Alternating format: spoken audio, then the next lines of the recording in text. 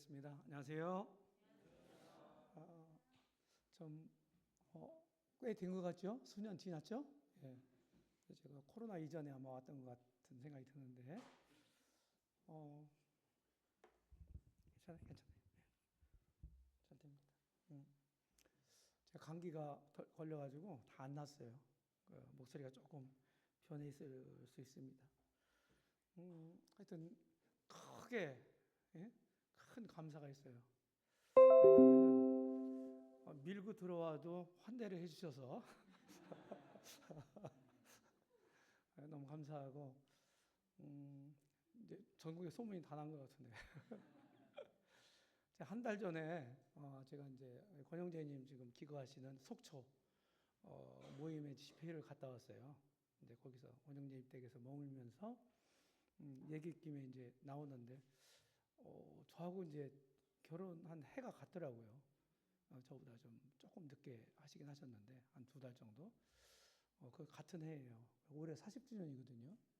제가 이제 CTI에서 뭐 섬기기 때문에 뭐 특별하게 할 수 있는 시간적인 여유가 별로 없어요. 그래서 그냥 이렇게 좀 있었는데, 야, 우리 그냥 졸업식 하고 그냥 어디 가자 이런 얘기가 나와가지고 또 남양이 좋잖아요. 겨울에는 그죠? 그래서 해남 학동교회가 낙점이 됐습니다. 네. 네, 교회 건강과 성장 뭐 잘 알고 있는 말씀인데 이 주제로 오늘 하려고 합니다. 몇 시까지 하면 돼요? 12시입니까? 네. 제가 빨리 그냥 하겠습니다. 뭐 모르시는 게 아니니까. 근데 오늘은 특별한 날이니까 시로 시작해서 시로 끝나겠습니다. 네. 우리 경원 형제는 무슨 얘기인지 잘 알 거예요. CTI에서 하도 그런 수법을 많이 써가지고. 제가 이제 저희 기념일이 10월 20일이에요. 84년도. 그래서 저희 부부는 저는 이제 저희 아내한테 결혼 기념일 되면 시 한 수씩을 써서 줍니다. 바친다고 해야 맞죠?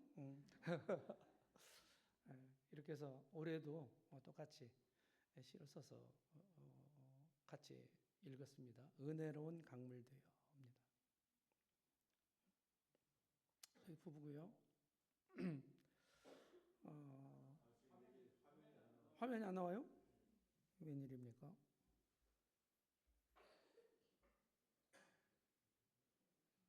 나오나요?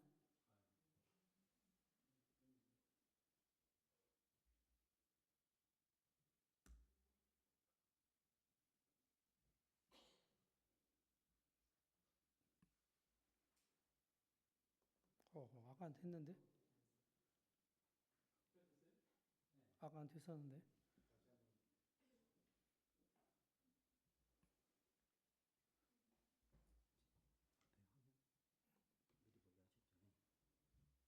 마침?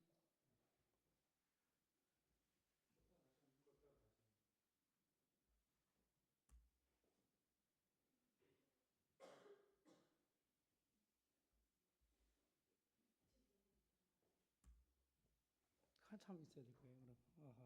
아까 그냥 놔둘 거예요.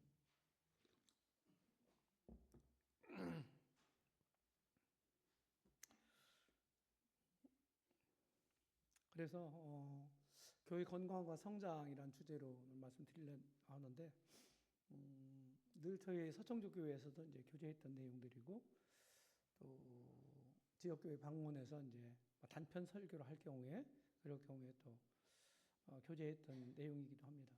제가 그동안 이제 서청주에서 11년 이렇게 직장 가지고 섬겼고요. 20년 전심 사역으로 섬겼습니다. 그리고 이제 지금 2017년도 6월 상반기까지 하고 이제 은퇴한 상태에 있고요. 네, 그렇게 하면서 이제 많이 고심을 했죠. 내가 섬기는 교회가 어떻게 잘 될 수 있을까? 이런 고민들이 모든 성도님들과 함께 특별히 일꾼들은 그런 생각들을 다 하고 또 기도를 하고 여러 가지 또 어떻게 해야 될지 이제 그런 생각들을 이제 아마 하게 될 거예요. 그렇게 해서 해오면서 제가 이제 터득하고 또 정리한 이런 내용들이에요.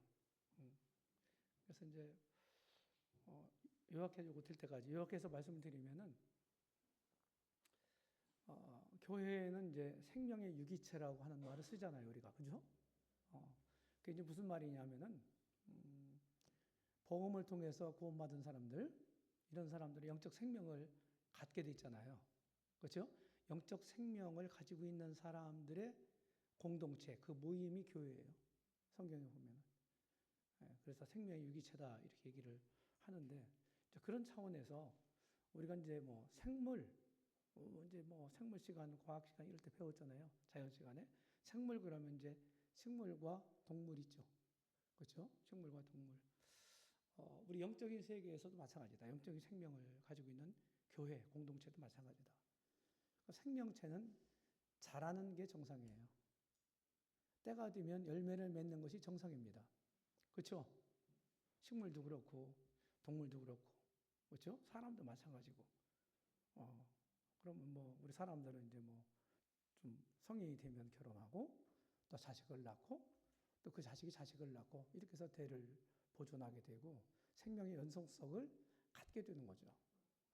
이 교회도 마찬가지다. 그런 차원에서. 그런데 건강하지 않으면은 그런 일들이 잘 안 돼요.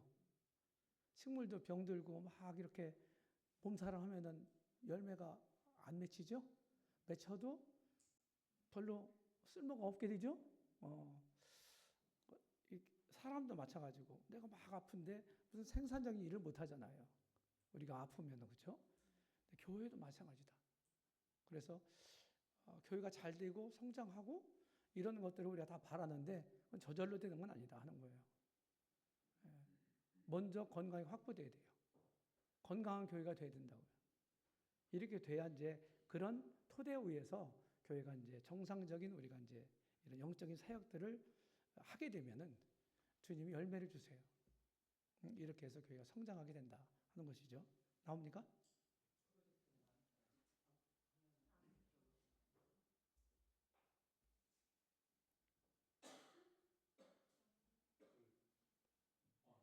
됐어요?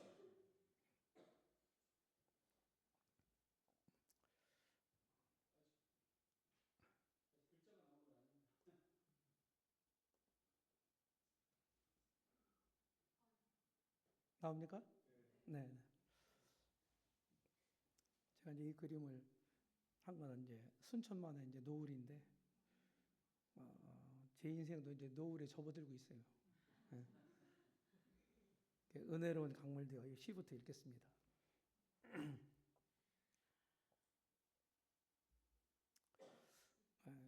이제 이게 특별히 이제 문학 작품이라는 건요.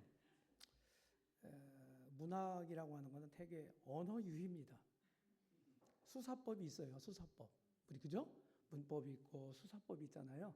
그런 것들을 잘 활용해서 언어 유희를 하는 거예요. 표현할 때. 시는 더 그렇습니다. 우리나라 같은 경우는 이제 운율이 있잖아요. 우리말이. 3, 4조 아니면 7호조.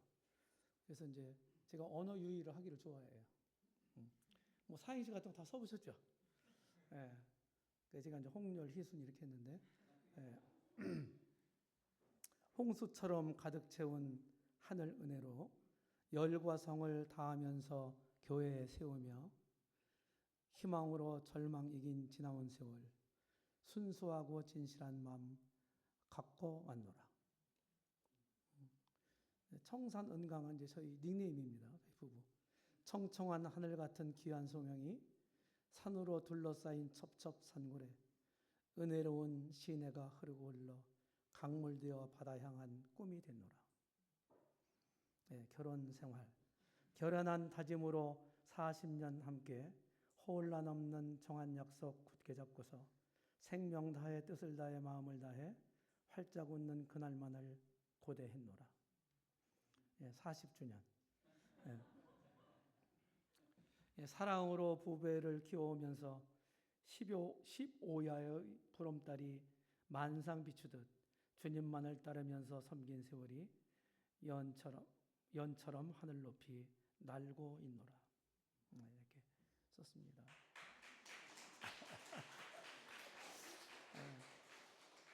그래서 이제 제가 코로나 직전 2019년 5월 중순으로 기억합니다. 근데 그때 우리 권영재님이 사역하시는 그 연해주를 갔다 왔어요. 우리 몇몇 서청주기 성도들하고 몇 명이 가서 거기 와서 갔다 와서 이제 쓴 시가 하나가 있어요. 뭐 시간이 가도 이게 제가 이제 찍은 사진입니다. 그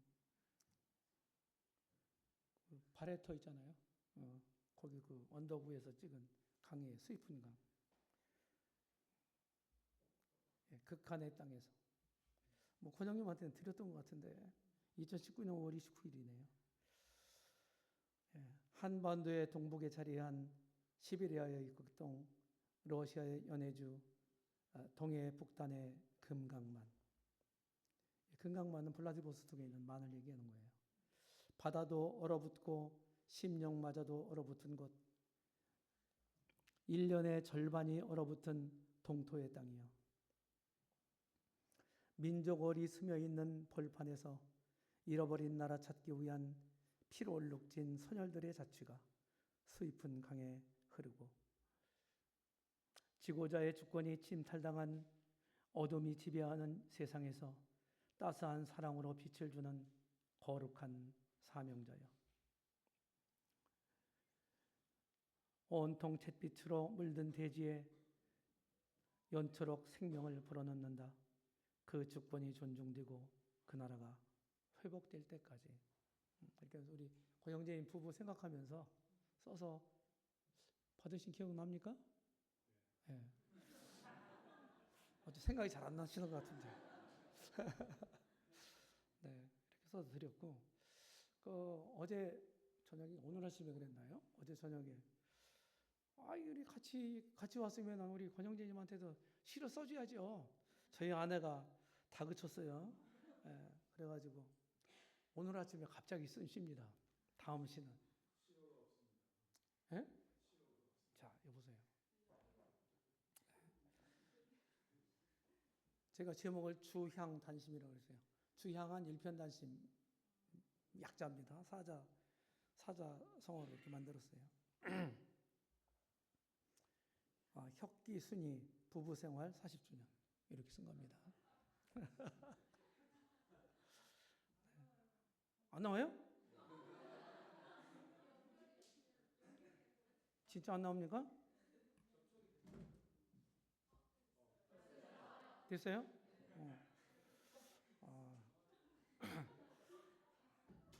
중간에 그냥 긴장하게 만드네. 주향단심. 혁혁하게 공세운 장소보다도 기록을 경신한 선수보다도 순전한 신앙으로 주섬긴 사람, 희대의 현자보다 존귀한 자일세. 부부가 일심으로 진력한 사역, 부모가 자식을 돌봄과 같이 생명 다해 뜻을 다해 영혼들 위해 활력 있게 사명 다한 선한 목자일세. 요거는 이제 미국에 있을 때 이렇게 장로 일을 하신 거 생각하면 쓴 겁니다. 그 밑에 여는 이제 선교한 겁니다. 사망의 그늘 아래 신음하는 자, 십자가 복음 사랑 온 마음으로 주양한 일편단심 충성된 선교, 연연히 흘러가도 영원함일세. 네, 드립니다. 네. 네. 제가 두 가지 달라고 말씀드리려고 하는데, 첫 번째 건강한 교회. 어떤 게 건강한 교회인가? 두 번째는 성장하는 교회가 어떻게 하면 성장할 수 있을까? 그거를 슬쩍 시간이 뭐 많지 않으니까 빨리 하겠습니다. 교회 성장 볼변 벌칙입니다.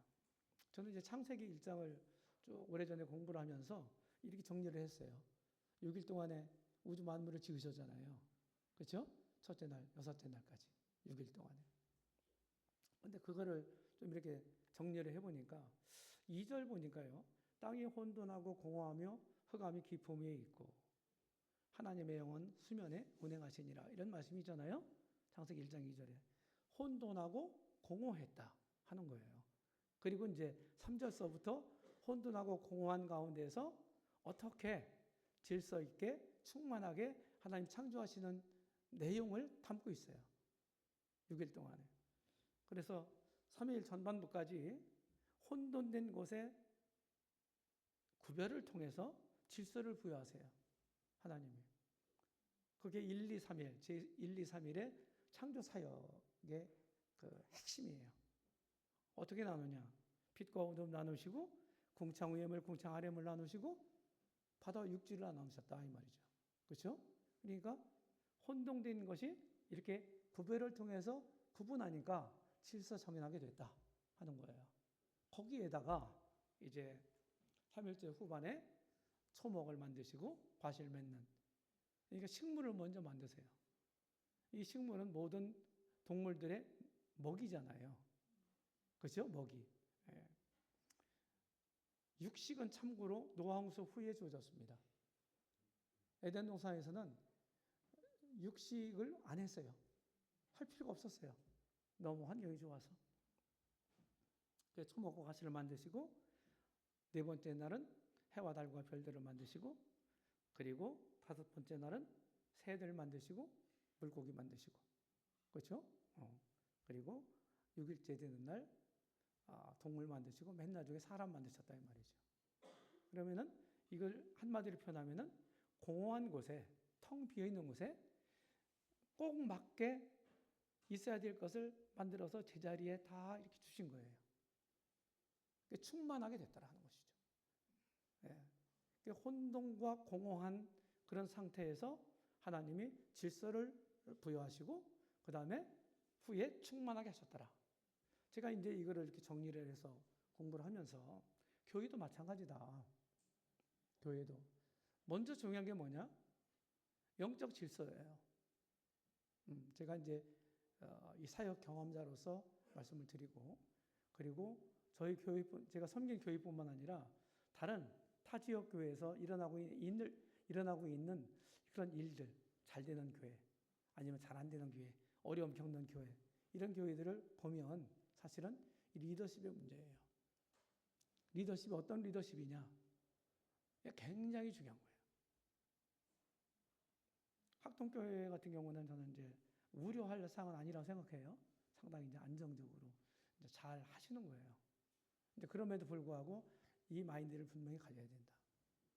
그래서 제가 듣기로는 이제 우리 광성 인재님이 올해 말부로 이제 그만두신다고 은퇴하신다고 들었어요. 한참 젊을 때, 한참 일할 때인데 왜 그래 이렇게 할 수 있는데 어제 변명을 들어봤습니다. 저는 뭐 또 납득이 돼요. 그래서 그렇게 하시기로 이제 작정하셨으니까 교회가 기도하시고 그리고 이제 앞으로 뭐 그 2명의 장로가 이제 있으신데 은퇴를 해도 2명으로 족하냐? 아니에요. 수가 중요한 게 아니에요. 중요한 거는 자격이 중요한 거예요. 자격을 갖춘 그 일꾼들이 많으면 많이 세우면 더 좋은 거예요. 아셨죠? 그래가지고 잘 일을 분담해서 일감이 적을수록 더 잘할 수 있어요. 일감이 많으면 잘 못해요. 그냥 슬쩍슬쩍 하고 말지 깊이 있게 그런 일에 할 수가 없는 거예요. 그래서 일을 잘 분담하는 거 굉장히 중요한데 일꾼들이 손이 더 필요하다 이 말이죠. 그래서 제대로 된 리더십 이런 것들을 좀 잘 유지해 갔으면 좋겠다 하는 생각이 들고 젊은이들 나이가 중요한 게 아니에요. 자격이 있으면 젊은 날에도 젊은이들도 세우세요. 저 같은 경우는 30대 초반의 형제들을 세웠습니다. 장로로. 서울이 모임이 한국 모임이 시작할 때는 전부 20대 청년들이 다 앞장서 가지고 일했거든요. 그때는 어쩔 수 없었죠. 어쩔 수 없었는데 그렇게 해서 쭉 해왔거든요. 물론 뭐 시행착오도 겪었죠. 이제 그럼에도 불구하고 그리고 지금은 이제 그분들이 지금 뭐 60대, 70대, 80대 막 이렇게 됐단 말이에요. 그리고 지금 30 30살도 34, 30대다 그러면은 이제 경상도 사투리로 아로 취급하거든요. 그죠? 참 어린애다 말이지. 아직 젖비린애도 안 가셨다 이렇게 생각하는 거예요. 본인들은 20대부터 시작을 했으면서 근데 그게 아니에요. 다 그 장단점이 있어요. 세대별로. 젊은 사람들에게는 장점이 있고 또 경험이 많은 나이 드신 분들이 장점이 있고 그런 거예요. 완벽한 사람은 없어요. 그래서 그런 젊은 일꾼들을 많이 세워서 아주 활동적이게 이렇게 좀 해가시면 좋겠다. 그 뒤에 이제 리더십이 확실하게 이제 세워지면 그 리더들에 의해서 어떤 영적인 사역들이, 교회 사역들이 주도가 될 거 아니겠어요? 그죠? 성도들이 물론 협력하고 동역하고 이렇게 되지만은 그럴 때 어떻게 됩니까? 제 경험으로는요, 투자한 시간만큼 주님 열매를 주시더라. 이게 제 답이에요. 전도도 마찬가지예요. 전도 힘들어요. 어려워요. 그런데 전도에 내가 시간을 얼마나 썼느냐, 얼마나 집중했느냐, 교회가 구령하는 사역, 구령사역에 얼마나 집중했느냐, 이거에 따라서 열매들이 달라지더라 하는 거예요. 무슨 얘기인지 아시죠? 제 경험이에요. 실제로 해보고 말씀드리는 거예요. 제가 통계를 다 안 해봤거든요. 제가 꼼꼼하게 다 기록했어요. 할 때마다. 몇 명한테 전도했고, 몇 명한테, 몇 명이 나중에 침례까지 이어지고, 이런 것들. 1년에 몇 번 했고, 이런 어떤 데이터에 의해서 제가 말씀을 드리는 거예요. 낸 결론이에요. 그렇게 할 때 교회가 충만하게 되는 거죠. 건강한 교회의 5가지. 예배라는 게 뭡니까? 예배는 예배의 대상이 하나님이시죠? 나가서 해도 건드리면 안 돼요. 이게. 됐어요? 예배가 하나님을 대상으로 하는 거기 때문에 하나님 중심적인 영적 활동이에요. 무엇보다도. 그러니까 성경 전체의 가르침으로 볼 때 사실은 가장 중요한 영적 활동이다. 이렇게 말할 수 있어요. 예배는 하나님의 피조물, 특별히 그분의 구속함을 받은 우리들은요, 성도들은 무엇보다도 맨 앞에 뭘 놔야 돼요? 그 하나님에 대한 예배이 있어야 되는 거예요. 하나님 우선주의로, 하나님 중심주의로 살아간다고 하는 뜻이에요. 이게 공적으로 우리가 만찬을 떼면서 이렇게 공적 예배를 드리지만 이게 다가 아니잖아요. 우리 삶 속에서 항상 그분 중심으로, 그분을 우선주의로 살아가는 삶 자체가 뭡니까? 우리 삶의 예배잖아요. 그게 굉장히 중요하고, 그 다음에 이제 2번째는 우리 신앙은 성경, 말씀에 있단 말이에요. 성경에 우리 신앙의 근원이 있는 거예요. 성경으로부터 비롯된 거잖아요. 그렇죠? 그래서 이 말씀에 대해서 뭐 회의한다든지, 요새 뭐 이제 기독교계에 그런 사람들이 많은데, 자유주의자들 이런 사람들, 고등 비평하는 사람들, 성경 말씀을 다 안 믿어요. 신뢰하지 않아요. 그렇게 될 때 어떻게 됩니까? 우리 신앙은 무너지게 되는 거예요. 성경을 부인하면서 우리 신앙이 온전하게 세워지지 않죠. 그래서 우리 형제운동의 주역들도 건전한 신앙을 가지고 있었던 교회사적으로 아주 훌륭한 분들도 하나님 말씀을 철저하게 신뢰하고 성경의 절대성을 믿고 성경이면 충분하다. 이런 인식을 가지고 살아왔단 말이에요. 우리가 이걸 포기하게 되면 어떻게 돼요? 결국은 우리 신앙적으로 잘못되는 거예요. 그럼 3번째는 교회는 잘 가르쳐야 돼요. 하나님을 잘 가르쳐야 되잖아요. 우리가 구원받는 거 굉장히 중요한데, 거듭나는 거, 회심하는 거 굉장히 중요한데, 그거는 새로운 삶의 시작일 뿐이에요. 그게 다가 아니에요. 그러려면 어떻게 됩니까? 배워야 되죠. 어떻게 행할 바를 배워야 되잖아요. 그래서 앞선 분들로부터 성경을 제대로 잘 배워야 돼요. 한두 번 이렇게 얘기해서 되는 게 아니죠. 꾸준하게, 지속적으로, 체계적으로 잘 가르쳐야 됩니다.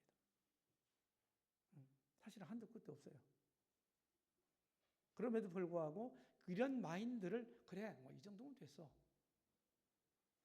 이렇게 하는 순간에 그 교회의 어떤 영적인 수준, 이런 것들이 거기에 머무르게 되는 거예요.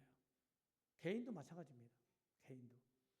배우려고 하는 이런 생각을 포기한 그 순간이 거기가 신앙의 무덤이다 하는 말이 있어요. 교회도 마찬가지예요. 계속해서 해야 돼요. 바빠야 돼요. 공부해야 돼요.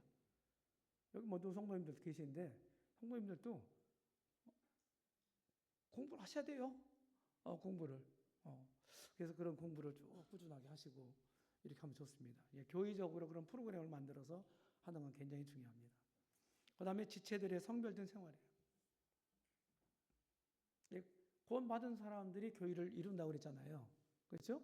그러면은 그 몸, 교회를 이루는 한 사람 한 사람이 굉장히 중요한 거예요. 우리 몸이 있잖아요, 몸이. 몸이 여러 가지 지체들이 있지 않습니까? 그죠? 눈, 코, 귀, 입, 손, 다리, 발, 폐, 예? 오장육부가 있고 이런 많은 다 지체들이 있단 말이에요. 그런데 많은 그런 지체들이 있는 중에 한 지체만 만약에 이상이 생겼어. 아파. 그러면 온몸이 고통을 느끼죠. 맞아요? 한 지체만 병들어도 어떻게 됩니까? 그 몸은, 그 사람은 건강하다. 이렇게 말할 수가 없는 거예요. 맞죠? 이 교회도 똑같은 원리. 구원받은 사람은 교회의 한 멤버가 됐고, 지체가 됐기 때문에, 한 몸을 이루고 있는 구성원이 됐기 때문에, 내 한 사람이 굉장히 중요한 거예요. 우리 모두가 다 중요한 것입니다. 이렇게 될 때 어떻게 됩니까? 내가 만약에 이제 성경을 믿는 믿음 내용이 다시 말해서 교리적으로 잘못됐다. 이단 교리를 따랐다. 그러면은 그 교회는 이미 병적인 교회가 되는 거예요. 그것을 하나님 말씀을 따라서 적절하게 어떻게 합니까? 조치를 해야 되는 거예요. 우리가 도덕적으로 범죄를 했다? 그러면 또 문제가 또 되는 거예요. 그래서 우리들의 간증이 굉장히 중요하다. 저는 늘 그런 얘기를 합니다. 우리 그리스도인들은요, 세상 사람들은 뭐를 봐요? 세상 사람들은 껍데기만 보죠. 스펙을, 그 사람 스펙이 어떤지 보고, 인물이 어떤지, 외모가 어떤지 보고, 그 다음에 그 사람의 뭐 능력, 실력, 뭔가 그것만 봐요. 그 사람이 어떤 사람이다, 됨됨이는 잘 안 봐요. 예전에는 이제 상당히 그 사람이 어떤 사람이야? 이런 인성, 이런 것도 우리 예전에는 좀 수십 년 전에는 그런 걸 많이 봤는데 지금은 그런 시대가 아닌 것 같아요. 그러니까 능력만 출중하면 되는 거예요. 근데 주님 안에도 그럴까요? 아니에요. 성경에서 가르치는 교회 리더들의 자격 기준을 보게 되면 제가 장로 자격을 쭉 분석해 봤어요. 22가지인가 그렇게 돼요. 디모데전서 3장과 디도서 1장에 있는 내용들을 쭉 분석해 봤거든요. 그런데 4가지 빼고요. 한 18가지 정도가 다 인격에 관련된 자격이에요. 그러니까 성경이 얼마나 그 사람됨이 어떠냐, 이거를 강조하느냐, 이런 것들이 잘 나타나고 있는 것입니다. 우리 마음속에 있는 게 뭡니까? 생각하는 거를 말하고 행동하고 삶으로 실천한단 말이에요. 대부분이. 그렇게 살아가요. 억지로 살아가는 게 아니거든요. 억지로 하는 건요, 잠시 동안 할 수 있어요. 근데 지속적으로 못 하는 거예요. 마음속에 우러나는. 우리 속에 내 속에 있는 자아가 겉으로 드러나는 거예요. 내 자신이. 그게 그 사람의 뭡니까? 역사고 간증인 거예요. 간증은 누가 써요? 내 간증은 누가 씁니까? 내 역사는 누가 써요? 내가 쓰는 거예요. 어떻게? 순간순간마다 어떤 것을 초이시하느냐, 어떤 걸 선택하느냐 하는 거예요. 어떻게 결정하느냐는 거예요. 그거에 의해서 내 역사가 써지는 거예요. 내 간증이 쓰이는 것입니다. 그리스도인들은 그 간증을 먹고 사는 사람들이에요. 사람들로부터 판단받고 하는 것들이 판단하는 사람 자체도 뭐 좋은 건 아니지만은 그게 괜히 그렇게 할까요? 우리의 속담에 아니 땐 굴뚝에 연기 날까? 이런 말이 있단 말이에요. 그죠? 그래서 우리의 행동 거지를 좀 잘해야 됩니다. 간증이 굉장히 중요하다. 그 다음에 좀 서두에 말씀드린 대로 질서, 영적 질서, 리더십 이런 것들이 공의, 고루 다 갖추어 있을 때 어떻게 됩니까? 그 교회는 건강하다 이렇게 말할 수가 있습니다. 저절로 이루어지는 건 아니죠. 예, 여기 교회를 구성하고 있는 우리 형제자매님들이 한 사람 한 사람, 한 분 한 분이 어떻게 됩니까? 주님 앞에 참 있으면서 기도하면서 노력하고 수고해야 되는 거예요. 저절로 이루어지는 건 아니에요. 예배 중심 교회를 이렇게 이제 설명할 수 있어요. 예배가 그 중심에 있고 많은 영적 활동들이 이렇게 있는 거예요. 예배가 가운데 있다는 얘기가 뭐예요? 하나님이 가운데 계신다 하는 얘기예요. 중심에 계신다는 뜻이에요. 말씀 중심 교회. 예. 사도행전 2장 42절에 보면 우리 잘 알고 있죠. 이제 주님을 믿고 오순절날 복음을 듣고 믿었잖아요. 이 패역한 세대에 구원받으라. 2장 40절. 그러니까 그들이 그 말씀을 받는 자들이 침례를 받았다. 41절. 그리고 42절. 어떻게 합니까? 그들이 사도의 가르침을 받아 서로 교제하며 떡을 떼며 기도하기를 전혀 힘썼다. 이 말씀이 나오죠? 그래서 사도들의 가르침을 받아 42절에서 이 말씀이 굉장히 중요하다고 저는 생각해요. 이거는 다른 말로 정통 가르침이에요. 사도들은 말씀을 전했던 가르쳤던 사도들은 주님이 직접 부르시고 세우시고 가르치시고 훈련한 일꾼들이에요. 그렇죠? 그들의 가르침이 잘못될 수가 없죠. 그들의 가르침을 받아서 교제했고 그들의 가르침을 받아서 서로 떡을 뗐고 그들의 가르침을 받아서 기도하는 일에 오로지 힘썼다. 영적 활동들을 했다는 얘기예요. 그래서 교회에서 어떤 교회 강단이 굉장히 중요하고 뿐만 아니라 교회 강단의 질이 굉장히 중요한 거예요. 뭔 얘기인지 아시죠?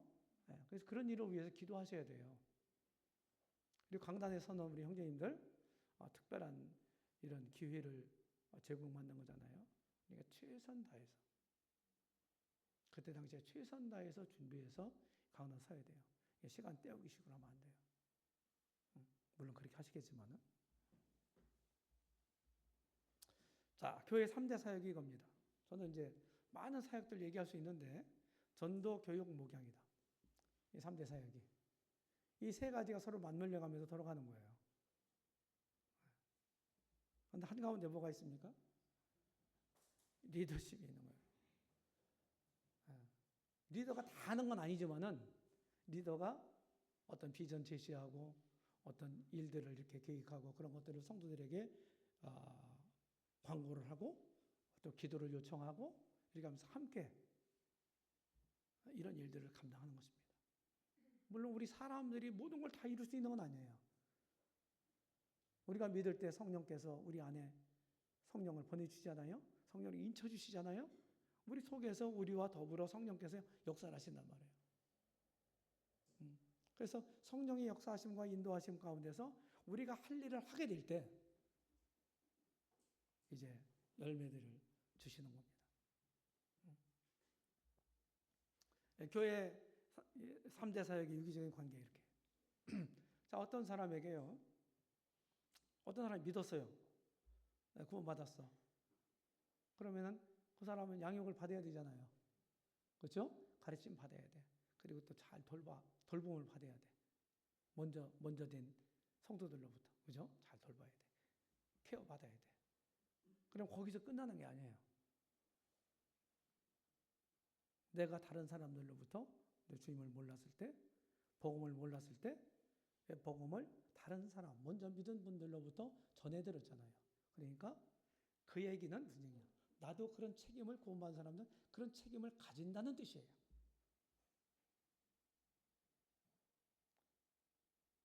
먼저 믿은 성도들이 나한테 기도해주고 나를 위해서 복음을 안 전해줬으면 내가 구원받을 수 있을까요? 제가 간간히 이제 집회나 시태화에서 내가 혼자 기도하면서 구원받은 사람 있으면 손 들어봐요. 근데 그렇게 해보거든요. 여기 한번 손 들어보세요. 나한테 복음 전해주는 분도 없고 기도하는 분도 없었는데 난 모르는데 내가 혼자 그냥 기도하고 성경 읽다가 내가 스스로 구원받았다. 이런 분 있으면 손 들어보세요. 제 말 들으세요? 안 들으세요? 지금 손으로 안 되는 건 없다는 얘기죠? 거봐요. 이런 차원에서 우리는 뭐예요? 복음의 빚진 자란 말이에요. 내가 전에 들었으니까 전해줘야 될 책임을 갖는다는 얘기예요. 그 책임을 다 하고 계신가요? 그렇게 할 때 새로운 영혼들이 또 들어오는 거예요. 이런 순환이 계속해서 이루어져야 되는 거예요. 이 교회는. 그게 건강한 교회입니다. 자, 두 번째 단락에 성장하는 교회입니다. 이 표는 맨 가운데 빨간 점이 핵심 리더 그룹입니다. 네, 여기 이제 장로들이 있고, 그렇죠? 혹시 공식적으로 집사도 세웠나요? 네, 공식적인 집사도 세워졌습니다. 뭐 성경에 이제 두 가지 직분만 있으니까. 그러면 뭐 이런 분들이 공적으로 세움 받은 분들이 그럼 집사는 몇 분인가요? 공식 한 분이에요. 그럼 세 명의 교회를 다 해요? 다 못하는 거잖아요. 그러니까 몸에 속한 모든 지체들이 그 몸을 위해서 존재하는 겁니다. 지체는 예를 들어서 저의 엄지손가락이 있습니다. 그죠? 엄지손가락. 엄지손가락 자신을 위해서 존재하지 않아요. 이해됩니까? 무슨 얘기인지? 다른 지체들을 위해서 존재하는 거고, 엄지손가락은 다른 지체를 위해서 하는 거고, 포괄적으로 하면 몸을 위해서 존재하는 거예요. 동의하십니까? 이게 몸의 구조란 말이에요. 몸의 기능이에요. 지체들의 기능이고, 지체들의 목적이라고요. 존재 목적. 우리도 마찬가지예요. 리더들이 뭐 다 하는 거 아니에요. 통반장 다 하는 거 아니에요. 그런 리더들이 핵심 리더 그룹이 있고 그 리더들을 적극적으로 함께 동역하는 성도들이 있습니다. 그리고 그런 안내와 인도를 이제 불평 없이 잘 따르는 성도들이 있어요. 그런데 맨 밖에 연두색 이 서클은 그냥 주님 일에 별로 무관심해. 관심이 없어. 그래서 그냥 교회는 다니는데 왔다 갔다 하고 별로 관심도 없고 이런 성도들이 없으면 좋겠죠. 그렇죠? 그래서 교회가 잘 되려면 확장이 되려면 어떻게 돼요? 이 바깥의 서클을 최소화하는 겁니다. 최소화. 네. 최소화하는 거고 기도와 최선의 역량을 동원해서 중심부의 파일을 크게 한다. 중심부 요거하고 요거 이 두 원을 더 크게 만드는 거예요. 그럼 다른 것들이 상당히 적어지겠죠? 그럴 때 강력한 파워가 생기는 겁니다. 성도들을 동참시키고 그들의 어떤 은사를 발견하고 개발시키고 그 사역에 참여할 수 있도록 그들이 할 수 있는 일거리를 제시해주고 함께 격려하고 기도할 때 이렇게 되는 거예요.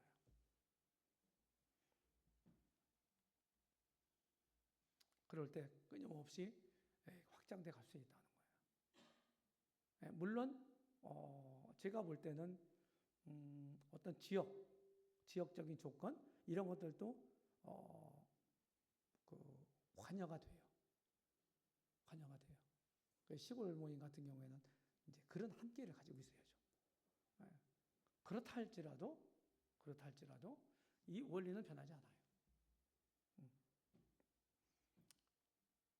교회 성장의 의미, 전 두 가지가 있다고 보는 거예요. 질적인 성장이고 수적인 성장이 있다. 그렇죠? 성도들이 많이 모인다고 해서 그 교회가 잘 성장한다. 꼭 이렇게 말할 수는 없는 거예요. 그래서 내적으로도 영적인 이 질적인 면에서도 훨씬 충분하게 성장해야 돼요. 제가 여기 이제 세 구절 말씀을 사도행전에 있는 말씀을 인용했는데 1번, 2번 이렇게 넘버링을 했습니다. 이렇게 번호 매겼어요. 이렇게 매겼는데 1번은 질적인 성장을 가리키는 말이고 2번은 수적인 양적인 성장을 가리키는 말이에요. 공이 두 개 다 성장해 가야 진정한 성장이다. 이렇게 말할 수가 있습니다. 그럼 어떻게 질적인 성장을 우리가 할 수 있을까요? 그거는요, 성도들의 수준을 높이는 일은 가르침밖에 없어요. 뭐 다른 방법이 있나요? 그래서 잘 가르치고 잘 배워야 돼요. 여기 이제 교육계에 이제 종사하시는 분들도 계실 텐데, 저는 이렇게 생각합니다. 가장 효과적인 교육의 효과를 극대화시킬 수 있는 조건이 뭘까? 제가 생각해 본 적이 있어요. 세 가지. 첫 번째, 좋은 선생이 있어야 돼. 좋은 선생. 모르는 걸 가르칠 수는 없는 거고, 자기가 하지도 않는 것을 가르칠 수는 없는 거예요. 근데 좋은 선생만 훌륭하면 안 돼요. 학생도 훌륭해야 돼요. 학생도 합당한 태도를 가지고, 배웠는 자의 태도를 가지고 열심히, 그러니까 요새 젊은이들 말로 열공을 해야 되는 거예요. 열공. 아셨죠? 멸공이 아니라 열공. 열공을 해야 돼요. 좋은 학생. 그런데 열심히 잘 가르치고 잘 배워. 근데 배우는 내용이 완전히 이단적인 거면 어떻게 돼요? 말짱 도루묵이죠. 그렇죠? 아무 소용없는 거잖아요. 그러니까 좋은 텍스트, 내용이 필요한 거예요. 바른 내용. 네. 건전한 교육 내용이 필요한 겁니다. 이 세 가지 조건이 구비될 때요, 저는 가장 교육의 효과가 극대화된다. 저는 그렇게 믿습니다. 아까 얘기했죠. 건강한 교회 성장의 사례가 예루살렘 교회가 있고요. 그 다음에 수리아 안디옥 교회가 있더라고요. 제가 이제 어떻게 하면은 이 교회가, 내가 섬기는 이 교회가 성장할 수 있을까? 이런 생각을 막 했던 적이 있어요. 고민했던 적이. 그래가지고 현실 교회들 있잖아요. 각 지역 교회들.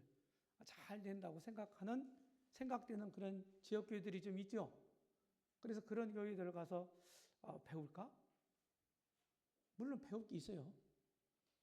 잘 되는 듯이 보이는, 잘 돼가는 그런 지역 교회들이 이유가 있어요. 잘 되는 이유가 있습니다. 괜히 잘 되는 게 아니에요. 그런 점들을 우리가 배울 수 있죠. 그런데 제가 이제 경험한 바는 잘 되다가 어떤 일로 인해 가지고 막 어려움에 휩싸이다가 흩어지고 푹 가라앉고 하는 것들을 여러 모임에서 봤어요. 실제로. 그러니까 이제 저기 우리가 추구해야 될 모델 교회야 이렇게 생각하고 했는데 나중에는 이게 안 되는 거예요. 그래서 제 생각을 바꿨어요. 그럼 성경에 본받을 만한 이런 교회가 있나? 모델로 삼을 만한 교회가 있나? 여러 교회들이 있더라고요. 몇몇 교회들이 있더라고요. 그런 몇몇 교회들 중에서 수리아 안디옥 교회, 수리아 안디옥 교회, 이 교회가 가장 이상적이다 하는 생각이 들었어요. 그래서 제가 이렇게 이제 정리를 했습니다. 리더십이 확실하게 세워졌어요. 그러면서 동역자들이 계속 더해졌습니다. 그렇죠?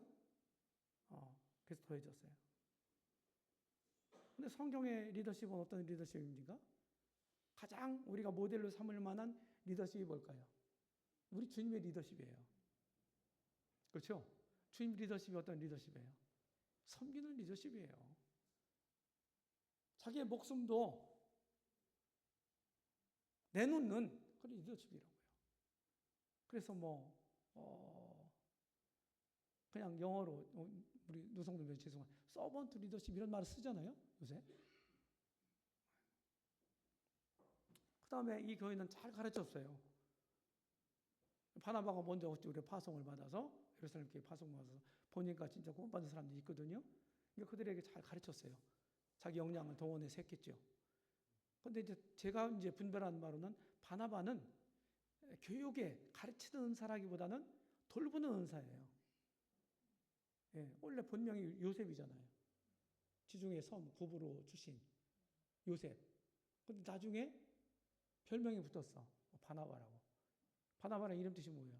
격려하는 사람, 위로하는 사람이라는 뜻이야. 그러니까 그렇게 은사를 다 그렇게 사니까 사람들이 이렇게 불러준 거예요. 바나바라고. 요셉이라는 사람을. 잘 돌봤단 말이에요. 그리고 나중에 이제 바나바가 이제 더 커지니까, 성도수가 커지니까 혼자 내가 감당할 수가 없구나.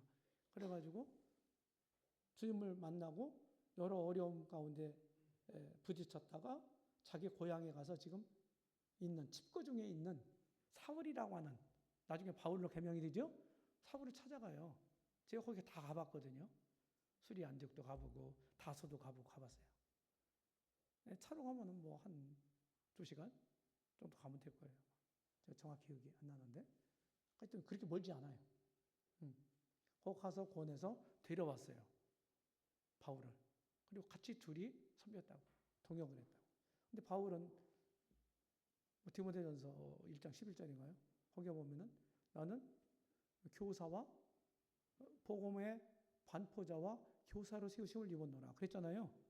내가 사도와 복음의 반포자와 교사로 세우심을 입었노라. 분명하게 본인은 가르침의 은사를 가지고 있는 사람이다. 이렇게 명시적으로 얘기를 했어요.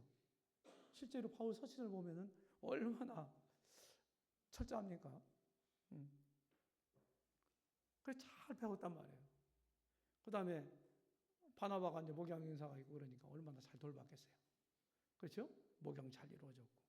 그 다음에 거기서 끝나는 게 아니에요. 자기들만 막 좋아서 이렇게 모여서 이렇게 즐거워하는 게 아니고 복음을 모르는 다른 사람들, 이방 세계, 복음이 필요한 사람들을 향해서 마음을 두고 최초로 이방 세계를 위해서 선교사를 파송하잖아요. 수리 안디옥 교회가. 맞죠? 그래서 이방 선교의 전초기지 역할을 이 교회가 했단 말이에요. 아, 이런 교회라면은 내가 섬기는 이 교회에 충분히 모델로 삼을 만하다. 이런 생각이 들었어요. 성경에 기록된 말씀을 가지고. 그래서 늘 계속 제가 성도들한테 광고를 했습니다. 앞에 써붙이고 그려놓고. 훌륭한 교회죠. 그래서 지금 다시 말씀드리지만 공인된 리더십 굉장히 중요하고 확고한 멤버십 중요합니다. 우리 형제자매님들은 해남학동교회 멤버죠. 지체죠? 아, 여기 마음에 안 들면 다른 교회 가면 돼. 제 옆에 여기서 가까운 교회가 어딘가요? 거기 가면 되지 뭐. 혹시 이렇게 생각하시는 분들이 있어요? 그러면은 그분은 거기 가서 또 그래요. 그러다가 세월 다 가. 그러면 안 됩니다. 떠날 때 떠나더라도요. 떠날 때 떠나더라도 거기 머무는 동안에는 어떻게 합니까? 그 교회에 충성하는 것이 주님 뜻이에요. 그다음 자원하는 섬김 억지로 하지 마시고. 억지로 하면 뭐 힘들잖아요. 자원하는 헌신해야 돼요. 속에서 우러나서. 아, 주님이 나를 위해서 자기 목숨을 버리면서 나를 섬겨주신 분인데 진짜 감사합니까? 그 주님에 대해서? 그게 내 이 심장에, 가슴판에, 한복판에 있다면 그 사랑이 그걸로부터 흘러나오는 게 뭡니까? 자원하는 헌신이에요. 무슨 대가바라고 우리가 섬기는 게 아니에요. 세상 사람들은요, 조금만 뭐 하면은 전부 뭡니까? 싹 값을 매겨요. 우리 교회도 뭐 그런 것들이 조짐들이 좀 있는 것 같아. 마음에 안 들어. 내가 섬기고 거기서 끝이에요. 그냥. 주님이 알아주시면 되는 거지. 찬송 가사에 있는 것처럼. 섬기면 저 천국에서 해같이 빛날 건데 뭘 더 원하는 거예요 도대체. 그 다음에 철저한 집중을 해라. 집중하지 않으면 안 됩니다. 일을 할 때 그냥 뭐 적당히 적당히 해서 되는 일이 있나요? 저는 별로 경험이 없습니다. 이런 일에. 교회 사역할 때요. 가르침에도 전도에도 집중을 했어요. 그렇게 하니까 열매를 주시더라고요. 자, 오늘 뭐 해가 났나요? 아침에 구름이 좀 있던데. 자, 태양이 다 비칩니다. 일반적으로 비치던 빛, 태양. 그 태양빛으로 불이 일어나요, 안 일어나요? 안 일어나요. 근데 그 동일한 빛을, 태양 햇빛을 한 군데 모으면, 돋보기 같은 거, 볼록 렌즈로 한 군데 집중을 시키면 어떻게 돼요? 불이 일어나요, 안 일어나요? 일어나요. 이 원리란 말이에요, 이 원리. 그래서 이제 저 서정교회 이제 제 후임 일꾼들한테 이런 얘기를 몇 번 했어요. 집중해라.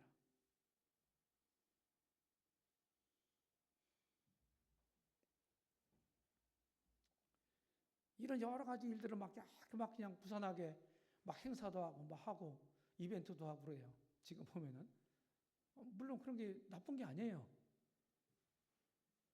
그런데 효율성이 확 떨어져요. 제가 할 때 하고 열매로 말하는 거지 않습니까? 열매로 결과로 효율성이 확 떨어져요. 돈은 많이 들어가고 수고는 더 많이 하고 덜 하지 않는데 결과는 훨씬 못 미친단 말이에요. 그게 왜 뭘까요? 집중이라고 생각하는 거예요. 집중이라고. 그 다음에 넘치는 형제사랑. 서로 사랑해야 돼요. 교회는 진리의 공동체인 동시에 사랑의 공동체입니다. 그렇죠? 이 사랑이 빠져버리면요. 너무 냉랭하죠. 그냥 한기가 뚝뚝 흐르죠. 분위기가. 그런 데서 무슨 자원하는 헌신이 나오고 무슨 뭐 진정한 예배가 나오고 뭐가 나오겠어요, 거기서. 사랑 굉장히 중요해요. 이럴 때 그 교회가 이런 것들이 구비가 됐을 때 그 교회는요.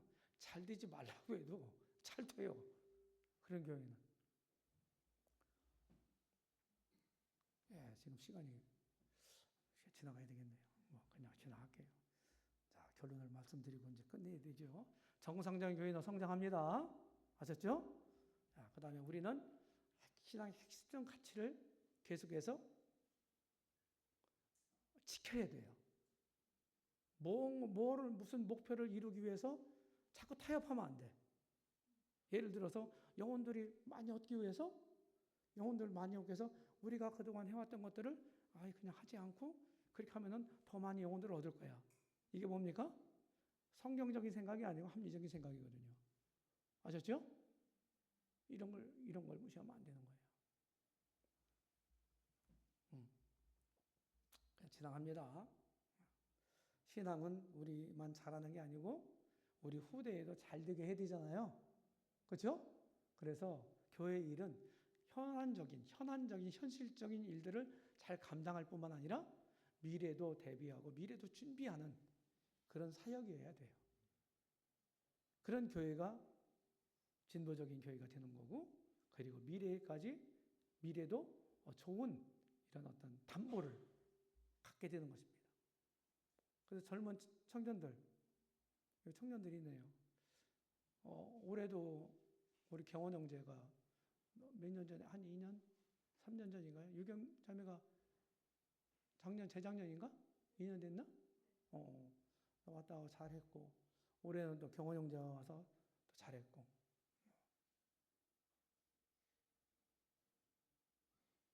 우리 강일이 형제도 잠깐 맛봤죠? 그래서 내년에 꼭 와라 그랬더니 군대 간다 하더라고요.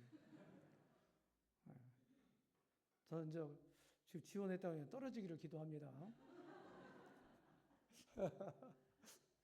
청년들 좀 보내세요. 세상 공부를 위해서는 막 학원비 그냥 한 달에 몇십만 원씩 아까워하지 않으면서 보내면서 왜 CTI를 안 보내는 거예요 도대체?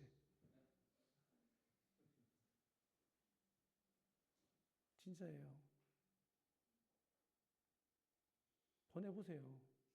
경원이가 뭐 훌륭한 바탕이 있는 형제였지만은 아마 더 훌륭해졌습니다. 틀림없이. 훌륭해지고 싶으면 오세요. 청년들, 2명 형제들 2명 좀 보내세요. 형제들. 물론 자매들도 오면 좋습니다. 환영합니다. 제가 우리 청년들하고 족구를 해야 되거든요. 족구팀이 구성이 돼야 돼요. 네. 그래서 시 한 수 읽고 마치도록 하겠습니다. 부흥이라 오늘 시입니다. 이거는 2010년도 저희 서천교회가 단독으로 거제도에서 수양회를 한 적이 있어요. 그때 주제가 부흥이었습니다. 예, 그러면서 이제 제가 이제 사행시 심사를 맡았는데 저도 썼어요. 사양시가 아니고 사연시입니다. 사연시로 썼어요. 어떤 게 부흥인가? 예, 말씀. 교육의 힘 파워로 마음 일깨워 그 영혼 말씀으로 서성케 하며 성령으로 깊은 마음 길어 올려 그 삶을 시원하게 함일러니. 기도. 회심한 모든 이 마음의 열망, 주님과의 깊은 교통의 삶이요 기도의 산실 좁디 좁은 문에서 천국 대문 여는 능력일러니. 예배. 부유하신 주님으로 채워진 가슴, 넉넉한 감사로서 예배하며 시면의 기품에서 북받쳐오는 주체 못할 찬양을 토함일러니. 교제. 흥겨운 삶이 되고 보람이 되어 생동감 넘치는 영적 삶이요 긴밀한 형제사랑 나눔으로써 감업날의 단비 같은 교제일러니. 이런 귀한 영적 요소들이 이 해남학동교회에 충만하게 되기를 바랍니다. 계속해서 주님을 기쁘시게 하는 이런 교회가 되기를 바라요. 건강해서 성장하는 교회가 됨으로써